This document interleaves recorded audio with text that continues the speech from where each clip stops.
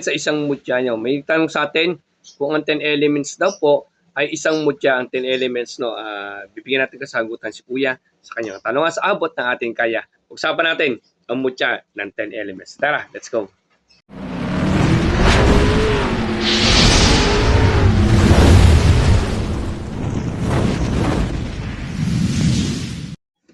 Yun. Mapagpalang araw sa mga kagimat mo yan. Ito na naman yung kagimat, si Happy Agimat na Felix Agimat, pero wala namang agimat, nasa puso, Antonio Agimat. Yung mga kagimat, mapagpalang araw sa inyo, may katanungan sa atin. Ang katanungan ni Kuya, kung ang 10 elements ba ay isang mutya. Ito katanungan ni Kuya, ito. Iyan. No, pag-usapan natin, kasi ang 10 elements, meron siyang bule, yung bule, yung matigas na bilog, parang ninyo ng bola ang tawagin. May pandakakay na nakukuha sa lalim ng dagat po, yung kulay itim po. Meron pong sinag-araw, meron siyang dignum, may sinukuang cruces o sinukuang baging, merong dito. Yung sahi, tapos olibo, no? Yan po yung mga kalimitan sinasangkap po dyan, no? May nasareno, 10 klaseng kahoy o elemento na pinagsama-sama po siya, no? Yan po ay, ito po yung mga sangkap niya, yan po, ayan.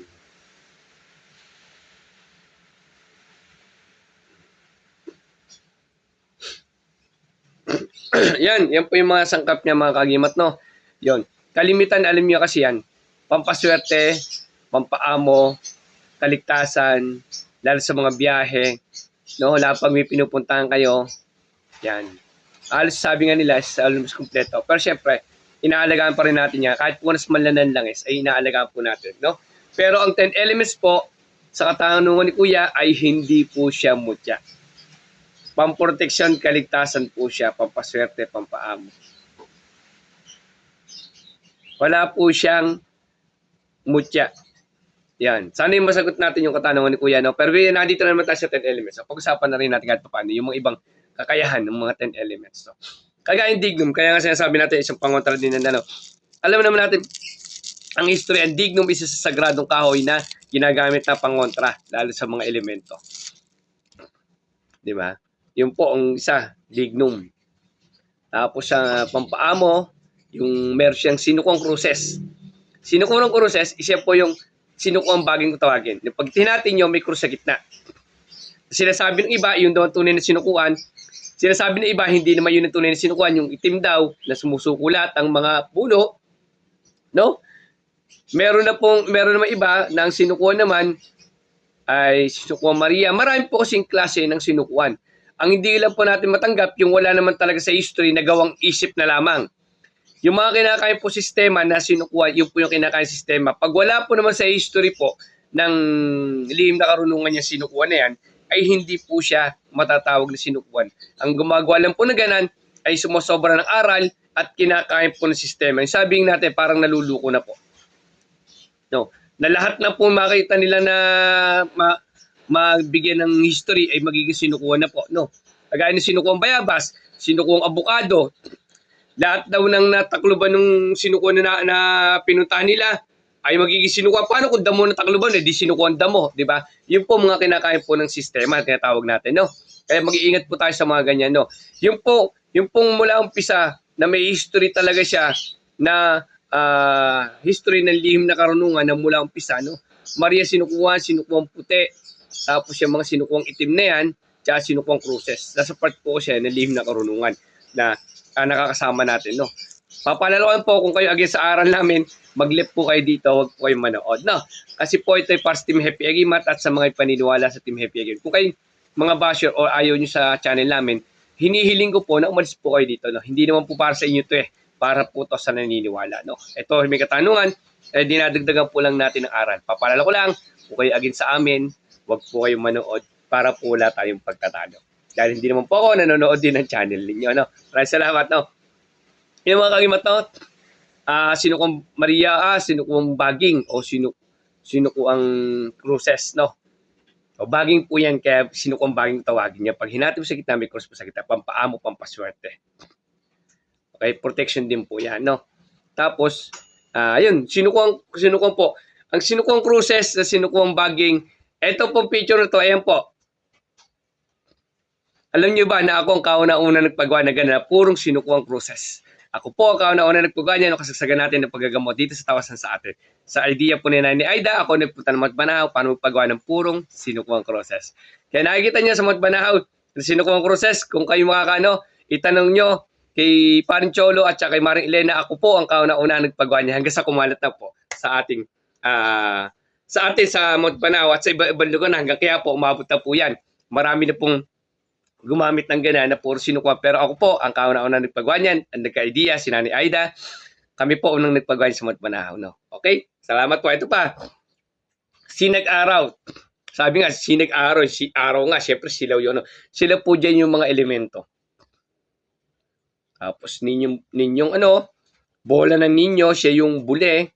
No? Tinatawag na, hawak mo yung mundo, swerte, nandyan swerte. Diba? Swerte at kaligtasan.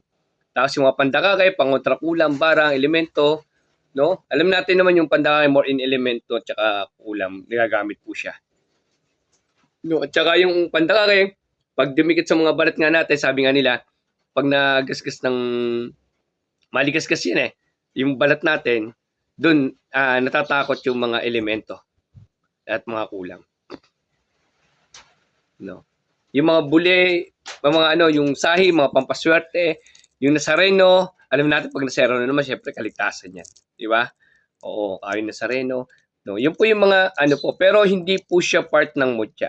Ang mutya po kasi, yan po yung mga nagiging fossil na po, yung nagiging bato na po, matigas po siya. Ito po yung puro kahoy po siya. Puro po siya kahoy, na sagradong kahoy po, no? Okay? Sagradong kahoy po siya lahat, no? Hindi po siya mutya. Sana makatulong sa inyo konting kaalaman ninyo kagimat sepi, agimat mix, agimat pero wala sa agimat nasa pusan to niya. Ganyan.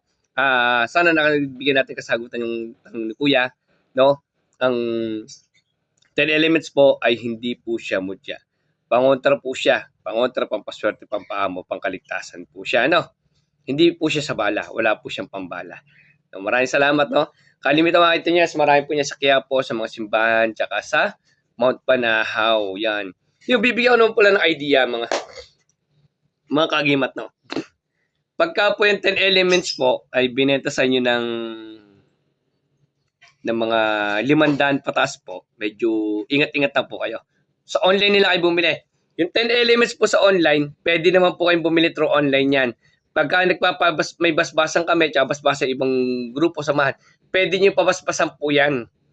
Opo. Kahit sa online lang po yung 10 elements, bumili kayo, pwede po yan. Kung bibili kayo sa manggagamot na 500 ng isa pataas, huwag na po kayong bumili. Doon na po kayo sa online. Mura lang naman po sa online yan. O rekta na kayo sa Mount Banahaw. Mayroon doon mga nagpapa-shipping. Pa-shipping nyo na lang po siya. Mura lang yan, pati shipping po sa Mount Banahaw.